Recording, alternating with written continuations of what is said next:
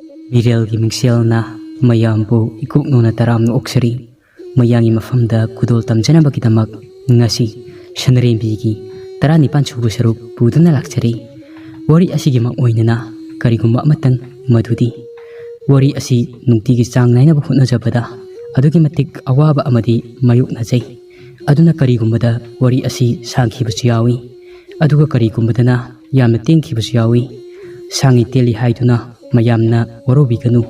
nungtigi chang naina leptana hapcharknaba hotnajagi asigi iroinana wari asi haujik mayam punna taminarasi mayo mangina achacha lakjaida mina laksaba yaba nati leithak leikharol anibu phawdunu jatki ningliba aini chauren ainangi nasu nupibu manghandanani tokloi mak aigini aigi taloisingda chandana kanagisu chanba yaroi kaudi kawusu ngamloi haukiba puarigi leimai adu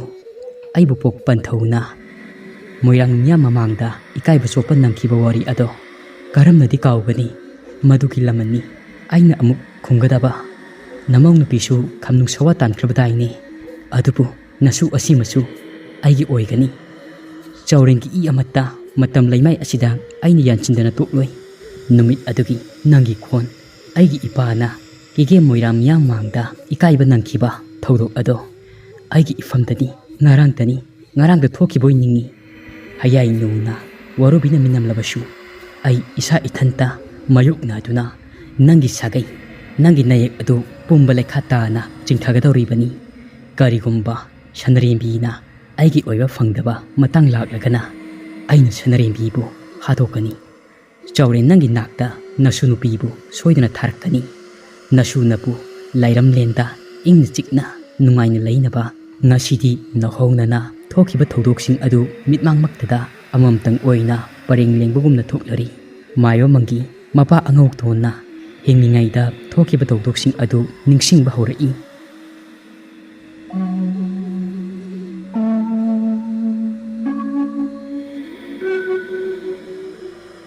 angok ton yamna saungna lai sumang machi amada mangisu kauna faksari angok ton yamna saungna lakpadu ubada mangina kaidorage baba angoktona kashu tawdida namadi kai chatkre mangina imadi kaithel kakhibani angoktona ai manungda laithokin thok tawge mapalda sangu imungda kanamata changalakanu namala asu changalakanu khange ko ipana hairise mangina hoi baba mangi mangol machi amada phamduna mapana hairibasing adu pangthok lammi mi lakpra haituna yengi mama laklabasu changhalaroige haituna lepli mangigi mapa pena khongba angokton imung aduda khilliba kharung adugi manakta pham kokset ama jetuna laisanaba haugadori mikhup aduda makna khangja haijaba lairon kaya ama sonba hek horakpaga hayainu kharung adudagi thorai hayainugi mafamda poshak ama nirammi angoktonna niriba adu hek phangbaga hayainu adu amuk makna niriba posak adugi maramda hairamlaga kharung manung aduda changkhri hayainuna mahaki ningba adu thunglaba adudadi haraubana loiri numit adugi numidang oiramni angokton moirang chatkadabagi mahaki phirolsing adu pena khongbada setkadabasing adu loisilli aduga moirang karai matam adu kalen thani Ibudhou Moirang Thangjing harauba matamni angokton Moirang yobada khara thenglap yore maiba singi lainaba tongana sang amasu sari maibi singisu tongana sai sang tongana lairi pena khongbaga laithau tinthau tawba maiba singa pulli pena macha labango sauring gauri sanaduna lairi labango angoktongi satrani adubu labango ojaguru singbu kina chatpa lumna lauba hainingba khangningba kaya amana masada matam chuppada nolukpa ahal nakta changduna phamba kalli adumaktana labango chaurengi mafamdagi khangningba kaya ama khangnaba hotnari chaurenna labango ga wari sanari labango na chaurenda oja pena asibu matau karamna horaklibano khongne haibasitangni nanai aina khanglibasi matau karamna pena asi horakkibano asi haibadi khangjati aigi oja angoktonasu takpidri ꯑꯣꯖꯥꯅ ꯈꯪꯕꯤꯔꯕꯗꯤ ꯑꯃꯨꯛꯇ ꯇꯥꯛꯄꯤꯌꯨ ꯅꯅꯥꯏ ꯄꯨꯛꯅꯤꯡ ꯂꯧꯁꯤꯡ ꯑꯣꯏꯖꯒꯤ ꯆꯥꯎꯔꯦꯟꯅ ꯐꯔꯦ ꯐꯔꯦ ꯅꯪꯅ ꯈꯪꯅꯤꯡꯂꯕꯅꯤꯅ ꯑꯩ ꯇꯥꯛꯀꯤ ꯃꯨꯟꯅ ꯇꯥꯔꯣ ꯄꯥꯏꯃꯁꯤꯂꯧ ꯅꯤꯛꯇꯅ ꯇꯥꯔꯣ ꯑꯣꯖꯥ ꯍꯥꯏꯒꯤ ꯅꯍꯥꯟꯅꯣ ꯂꯥꯂꯣꯟ ꯄꯥꯈꯪꯕꯕꯨ ꯅꯥꯎꯊꯦꯡꯕꯤ ꯍꯥꯏꯗꯨꯅ ꯀꯥꯕꯨ ꯃꯣꯔꯦ ꯎꯁꯥꯕ ꯀꯧꯕꯅ ꯀꯣꯡꯌꯥꯡ ꯃꯇꯥ ꯈꯨꯕ ꯇꯪꯀꯛ ꯋꯥꯒꯤ ꯋꯥꯁꯥ ꯌꯥꯎꯅ ꯐꯨꯛꯂꯒ ꯋꯥ ꯑꯗꯨ ꯇꯥꯡꯈꯟ ꯁꯦꯝꯗꯨꯅ ꯁꯥꯃꯩ ꯇꯤꯡꯂꯤ ꯋꯥꯔꯨꯅ ꯄꯨꯡꯃꯥꯏ ꯁꯦꯝꯂꯤ ꯀꯣꯡꯌꯥꯡ ꯋꯥꯒꯤ ꯋꯥꯁꯥ ꯀꯣꯟꯗꯨꯅ ꯁꯥꯃꯩ ꯇꯤꯡꯗꯨꯅ ꯆꯩꯖꯤꯡ ꯁꯦꯝꯂꯒ ꯅꯨꯡꯁꯤꯛꯅ ꯆꯩꯖꯤꯡꯒꯤ ꯃꯇꯣꯟꯗ ꯌꯥꯟꯁꯤꯜꯂꯤ ꯆꯩꯖꯤꯡꯅ ꯂꯩꯅꯤꯡꯊꯧ ꯁꯤꯗꯕꯒꯤ ꯃꯁꯛ ꯑꯣꯏ ꯄꯨꯡꯃꯥꯏꯅ ꯂꯩꯃꯔꯦꯜ ꯁꯤꯗꯕꯒꯤ ꯃꯁꯛ ꯑꯣꯏꯔꯤ ꯑꯁꯨꯝꯅ ꯄꯦꯅꯥ ꯑꯁꯤ ꯑꯣꯏꯈꯤꯕꯅꯤ ꯂꯕꯪꯉꯣꯅ ꯑꯣꯖꯥ ꯑꯇꯩꯁꯨ ꯃꯈꯥ ꯇꯥꯕꯤꯔꯛꯎ ꯆꯥꯎꯔꯦꯟꯅ ꯄꯦꯅꯥ ꯑꯁꯤ ꯁꯦꯝꯕ ꯁꯥꯕ ꯂꯣꯏꯔꯕꯗ ꯄꯦꯅꯥ ꯈꯣꯡꯕ ꯂꯩꯅꯨꯡ ꯊꯔꯨꯛ ꯑꯁꯩꯕꯗ ꯁꯤꯟꯅꯔꯝꯃꯤ ꯂꯩꯅꯨꯡ ꯊꯔꯨꯛ ꯑꯁꯩꯕꯅ ꯄꯦꯅꯥ ꯈꯣꯡꯕ ꯍꯧꯔꯛꯂꯤ ꯑꯁꯨꯝꯅ ꯄꯦꯅꯥ ꯑꯁꯤ ꯈꯣꯡꯕ ꯍꯧꯔꯛꯄ ꯃꯇꯝꯗ ꯄꯦꯅꯥꯒꯤ ꯇꯦꯡꯈꯥꯟ ꯅꯥꯟꯊꯣꯔꯛꯏ ꯇꯦꯡꯈꯟ ꯁꯦꯝꯂꯒ ꯑꯃꯨꯛ ꯈꯣꯡꯂꯤ ꯄꯦꯅꯥꯒꯤ ꯆꯩꯖꯤꯡ ꯍꯤꯛꯇꯣꯛꯂꯛꯏ ꯆꯩꯖꯤꯡ ꯍꯥꯞꯆꯤꯜꯂꯒ ꯑꯃꯨꯛ ꯈꯣꯡꯂꯤ ꯄꯦꯅꯥꯒꯤ ꯁꯥꯃꯩ ꯇꯠꯂꯤ ꯁꯥꯃꯩ ꯁꯦꯝꯂꯤ ꯑꯃꯨꯛ ꯈꯣꯡꯂꯤ ꯄꯦꯅꯥ ꯃꯈꯣꯜ ꯊꯣꯛꯇ꯭ꯔꯤ ꯂꯩꯅꯨꯡ ꯊꯔꯨꯛ ꯑꯁꯩꯕꯅ ꯄꯦꯅꯥ ꯁꯦꯝꯗꯨꯅ ꯂꯩꯔꯤꯉꯩꯗ ꯂꯣꯂꯥꯡ ꯄꯥꯈꯪꯕꯗꯤ ꯂꯦꯞꯇꯅ ꯂꯥꯛꯄꯅ ꯂꯝꯂꯦꯟ ꯁꯥꯃꯨꯔꯧ ꯌꯧꯔꯤ ꯄꯦꯅꯥ ꯌꯥꯎꯗ꯭ꯔꯕꯗꯤ ꯆꯠꯂꯔꯣꯏ ꯍꯥꯏꯗꯨꯅ ꯁꯥꯃꯨꯔꯧꯗ ꯄꯣꯊꯥꯗꯨꯅ ꯂꯩꯔꯤ ꯃꯐꯝ ꯑꯗꯨ ꯁꯥꯃꯨꯔꯧ ꯂꯥꯛꯄ ꯏꯕꯨꯙꯧꯒꯤ ꯈꯨꯕꯝ ꯑꯣꯏꯈꯤ ꯑꯗꯨꯅꯅꯤ ꯃꯩꯇꯩ ꯑꯩꯈꯣꯏꯒꯤ ꯄꯥꯎꯔꯧꯗ ꯑꯃꯨꯛ ꯄꯦꯅꯥ ꯁꯦꯝꯂꯤꯉꯩꯗ ꯁꯥꯃꯨꯔꯧ ꯌꯧꯏ ꯍꯥꯏꯅꯔꯤꯕ ꯑꯗꯨ ꯂꯕꯪꯉꯣꯅ ꯑꯣꯖꯥ ꯍꯧꯖꯤꯛ ꯑꯩꯈꯣꯏꯅ ꯁꯤꯖꯤꯟꯅꯔꯤꯕ ꯄꯦꯅꯥ ꯑꯁꯤꯒꯗꯤ ꯑꯣꯟꯊꯣꯛꯅ ꯈꯦꯠꯅꯈ꯭ꯔꯦꯗ ꯅꯅꯥꯏ ꯑꯩꯅ ꯎꯖꯕꯗꯤ ꯆꯥꯎꯔꯦꯟꯅ ꯆꯨꯝꯃꯤ ꯅꯪꯅ ꯍꯥꯏꯔꯤꯕꯗꯣ ꯑꯩꯅ ꯃꯊꯛꯇ ꯍꯥꯏꯈꯤꯕꯁꯤꯡ ꯑꯗꯨꯅ ꯅꯍꯥꯟꯅꯣ ꯄꯦꯅꯥꯒꯤ ꯑꯣꯏꯔꯝꯕ ꯃꯁꯛ ꯑꯗꯨꯕꯨꯅꯤ ꯀꯗꯥꯏ ꯅꯪꯒꯤ ꯄꯦꯅꯥ ꯑꯗꯨ ꯄꯨꯊꯣꯔꯛꯎ ꯑꯣꯖꯥ ꯇꯥꯛꯀꯤ ꯌꯦꯡꯉꯨ ꯅꯪꯅ ꯁꯤꯖꯤꯟꯅꯔꯤꯕ ꯄꯦꯅꯥ ꯑꯁꯤꯒꯤ ꯃꯑꯣꯡ ꯃꯆꯠ ꯑꯁꯤ ꯌꯦꯡꯉꯨꯀꯣ ꯍꯧꯖꯤꯛ ꯅꯪꯅ ꯁꯤꯖꯤꯟꯅꯔꯤꯕ ꯄꯦꯅꯥ ꯑꯁꯤꯗꯗꯤ ꯄꯦꯅꯥ ꯑꯃ ꯑꯣꯏꯕꯗ ꯃꯆꯥꯛ ꯃꯔꯨ 9 ꯆꯪꯏ ꯑꯗꯨꯕꯨ ꯂꯥꯏ ꯍꯥꯛꯇꯛꯇꯗꯤ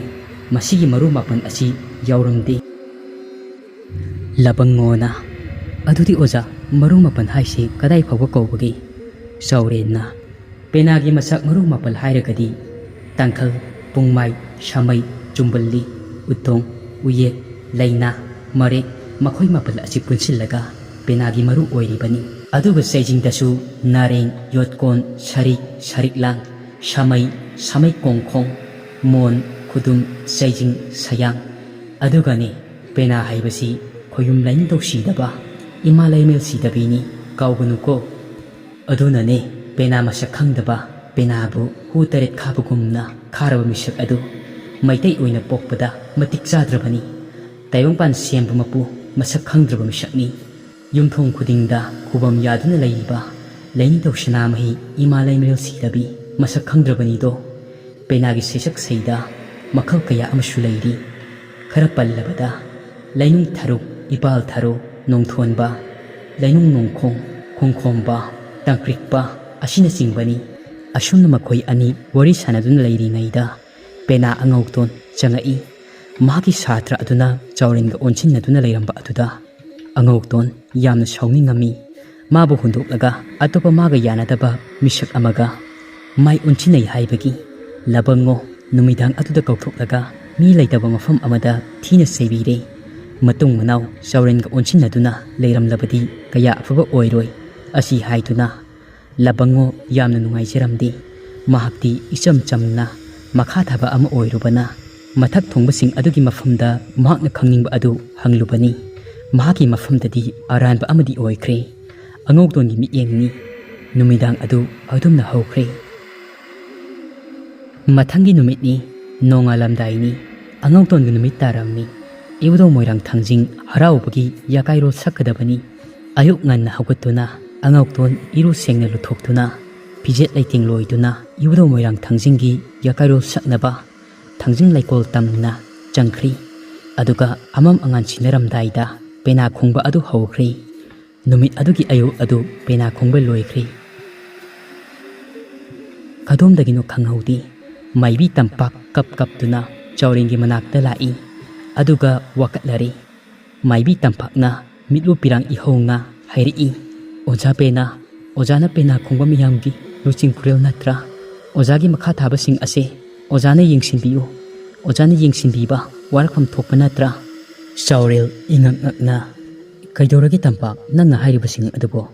aibu wakhal amukta tahallu. Maibee tampakna oja pena khongba angau tonse warakpiyu.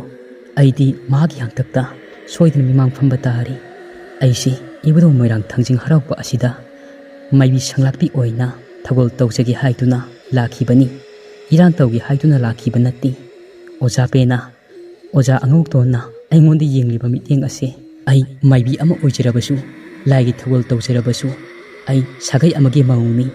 Aigisu isa ipuroiba loina lei.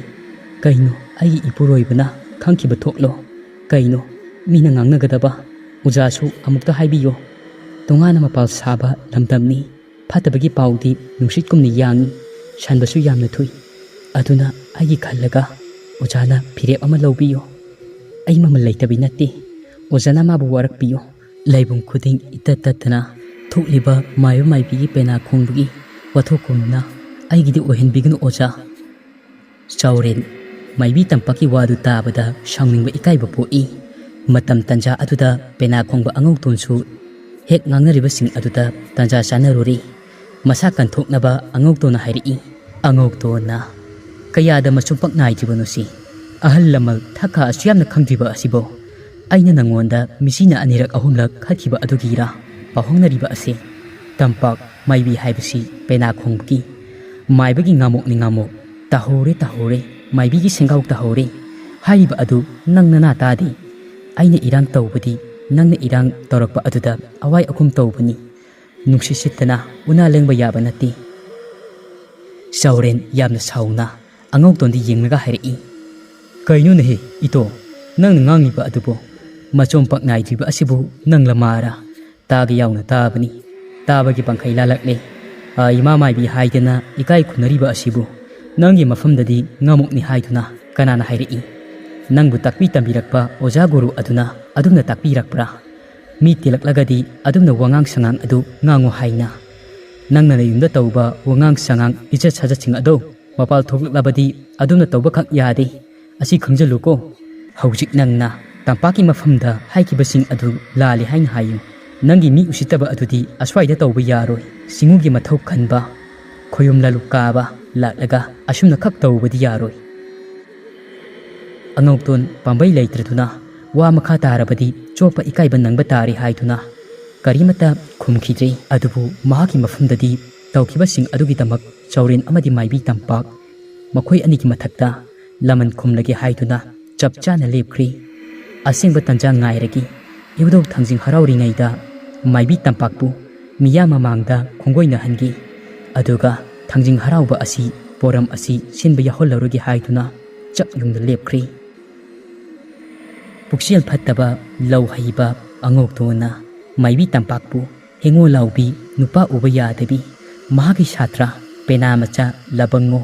pakhang macha aduga ahing lekminasi asi haiduna amuk Ibudhou mana harauringai marak aduda angau tona semjin sajintuna santokpiri. Ani tile ngangnai ahum tile sonai. Thangjing laikol aduda adumna angau tona santokpa adu labango pakhang macha oiri.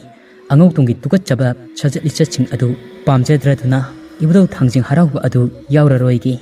Mahak yaugdrabadi mina chibon ngangariba asi ngangnararoi. Aduna mahak Thangjing harauba asi yaudana hankragi chap lepli. Aduga amuk hanna puksial phatraba angau tunggi mafamda oja amuk hanna khallaroigi. Asi hairamlaga labango chatkri. Labango chatkiba adudagi mayam ngangaribasing adu amuk tumina laikri. Kari pambai tawsige amuk khalai. Lambi ama amuk yengai. Matau karam tampakpu ikaiba piraga maki oiba fangdraba mahakna haiba yadraba tampakpu Moirang miyam mamangda ikaiba sopa nanganchige khalai. Ibudhou magi khongchingbasu kuidri. Aduna nongni asigi manungda tampakpu tanthokaba yadi haiduna khalami. Nongmagi numitni Thangjing laikonda laigi phambal Ibudhou ibendou anina nganthoiduna songpena thaugan tawduna leiriba thambal thakta kumsi kumcha adugi Ibudhou haraubada leimang phamnaba ina kairak khunba kumam thandopna Ibudhou Moirang Thangjing magidamak katpa khujai adu mangkhri thok hekta haijeli mangkhraba sanana saba khujai macha adu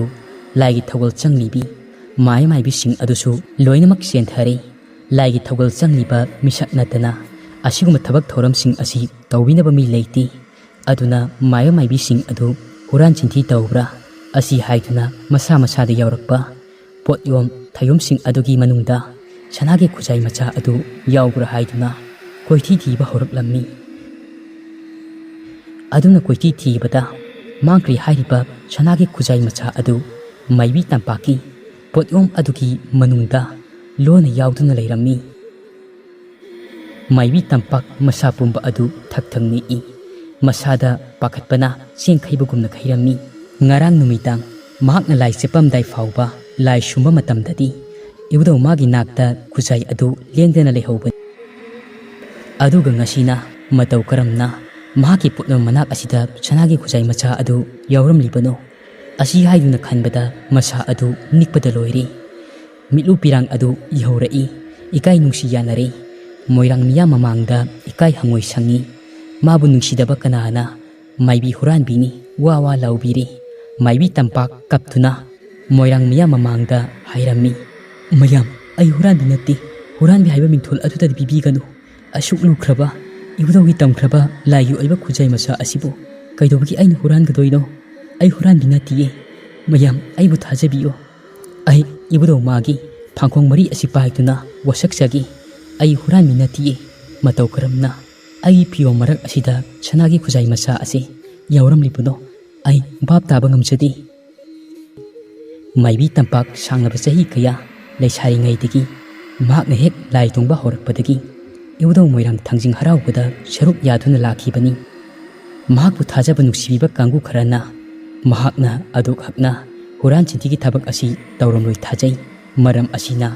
asumba asingba ama khangdoknaba mahakna hurali hurandi haibasina nakai singnaba mahakna lukhraba Ibudhou magi Fangkhong mari adu pairaga wasakchagi haiba adu yare maiba singkak oiriba achou pena changlakpa achoubo oiriba chauren Moirangi phamnaiba angam athau kharagi mamangda Ibudhou magi lukhraba Thangjing Fangkhong mari adu Maibee tampak mayada napi sip sari wasakri Ibudhou magi Fangkhong paikri asumna Maibee tampakna Moirang miyam mamang tiliba sing adu tanaba mamna pirang ihongna asumna hairi he Ibudhou Moirang Thangjing ibenta ahummak tabiyo ngasi phawbada nasa aina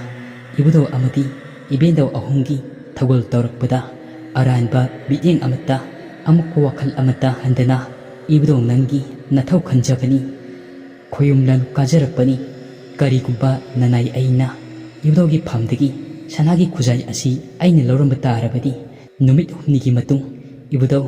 ai thawai ase Ibudhou nangna lobirero asi thong hangbiro asang thong thingbiro karigumba aina loramdaba aina huralamdaba thoklabadi ngasi aina sakliba wasak asigi yetki pareina oida hanbiyu oigi pareina yeta hanbiyu misak adugi mathakta loinamak taba haithabiba oibiyu jingu nahak leileiti haiba khangchagi nangna asingba jingu lai oirabadi jingu natik chawi khanghanbiro tolibi aigi ifamda sibi yalsing asi jingu nangna kopilaro adumna Maibee tampak kaptuna Fangkhong mari adu paiduna wasakri aduga amuk maiwa makok achouga pena makok saurengana huraliba misak adu tabu chaibi chaithing pinaba Ibudhou Moirang Thangjing amambada thaudaba anganbada wayenba Ibudhou Moirang Thangjingbu taiba horai lai khulembi imagini haiduna yetum taret thum mapak taret katkre huranbi adugi mathakta khoyumli sei ayakpana warak pinaba haiduna asida sunatana yotki kati laksak amasu katli adubu pumnmk asi sillaga Maibee tampakpu mahakna pami nungsi ahing yarek minasi asi haibadi yade haibagi thamak huranba situna tanthokragi khaluraga amukai hena taionnaraba adutadi anguktungi masa adu leiba yadri adubu amuksu khalli mahak matam amada Ibudhou Moirang Thangjingna penbiduna kaigi saktam oina uhanki aduna handakti matang asidi Ibudhou mana mahaki mafamda kaisu tawrakloi ꯑꯆꯥꯟꯕ ꯃꯅꯥꯏꯅꯤ ꯈꯨꯖꯥꯏ ꯑꯗꯨ ꯃꯍꯥꯛꯅ ꯍꯨꯔꯥꯜꯂꯒ ꯂꯣꯟꯅ ꯃꯤ ꯎꯗ꯭ꯔꯤꯉꯩꯗ ꯀꯅꯥ ꯈꯪꯗ꯭ꯔꯤꯉꯩꯗ ꯑꯍꯤꯡꯒꯤ ꯃꯇꯝꯗ ꯊꯝꯖꯤꯟꯈꯤꯕꯅꯤ ꯑꯗꯨꯅ ꯍꯨꯔꯥꯟꯕꯗꯤ ꯃꯍꯥꯛꯅꯤ ꯃꯍꯥꯛ ꯊꯛꯇ ꯑꯣꯟꯅꯅ ꯈꯨꯌꯨꯝ ꯂꯤꯆꯩ ꯑꯌꯥꯛꯄꯕꯨ ꯊꯥꯗꯔꯛꯀꯗ꯭ꯔꯥ ꯈꯜꯂꯤ ꯑꯗꯨꯅ ꯍꯧꯖꯤꯛꯇꯤ ꯂꯥꯏ ꯈꯨꯂꯦꯝꯕꯤ ꯏꯃꯥꯗ ꯌꯦꯇꯨꯝ ꯊꯨꯝ ꯃꯄꯥ ꯀꯠꯈꯤꯕ ꯑꯗꯨꯗꯤ ꯃꯍꯥꯛ ꯂꯩꯇꯥꯕ ꯌꯥꯗ꯭ꯔꯤ ꯑꯗꯨꯕꯨ ꯑꯃꯨꯛ ꯃꯥꯃꯨꯛ ꯆꯥꯟꯕ ꯃꯅꯥꯏꯗꯤ ꯂꯩꯔꯝꯂꯣꯏ ꯏꯕꯨꯙꯧ ꯊꯥꯡꯖꯤꯡꯅ ꯑꯗꯨꯅ ꯃꯍꯥꯛ ꯀꯩꯁꯨ ꯇꯧꯔꯣꯏ ꯍꯥꯏꯖꯔꯒ ꯌꯥꯔꯅꯤ ꯑꯁꯤ ꯍꯥꯏꯗꯨꯅ ꯅꯤꯡꯉꯥꯏꯗꯅ ꯂꯩꯊꯣꯛꯏ ꯋꯥꯔꯤ ꯑꯁꯤꯒꯤ 19 ꯁꯨꯕ ꯁꯔꯨꯛ ꯃꯇꯥꯡꯁꯤꯗ ꯂꯣꯏꯖꯔꯤ ꯋꯥꯔꯤ ꯑꯁꯤ ꯄꯥꯊꯣꯛꯆꯕ ꯃꯇꯝꯗ ꯁꯣꯏꯈꯤ ꯂꯥꯟꯈꯤꯕ ꯌꯥꯎꯔꯕꯁꯨ ꯃꯌꯥꯝꯅ ꯉꯥꯛꯄꯤꯒꯅꯤ ꯋꯥꯔꯤ ꯑꯁꯤꯒꯤ ꯃꯈꯥ ꯇꯥꯕ ꯁꯔꯨꯛ ꯀꯔꯤ ꯀꯔꯝ ꯊꯣꯛꯑꯕ ꯍꯥꯏꯕꯗꯨ ꯃꯊꯪꯒꯤ ꯅꯨꯃꯤꯠꯇ ꯃꯌꯥꯝ ꯄꯨꯟꯅ ꯉꯥꯏꯃꯤꯟꯅꯁꯤ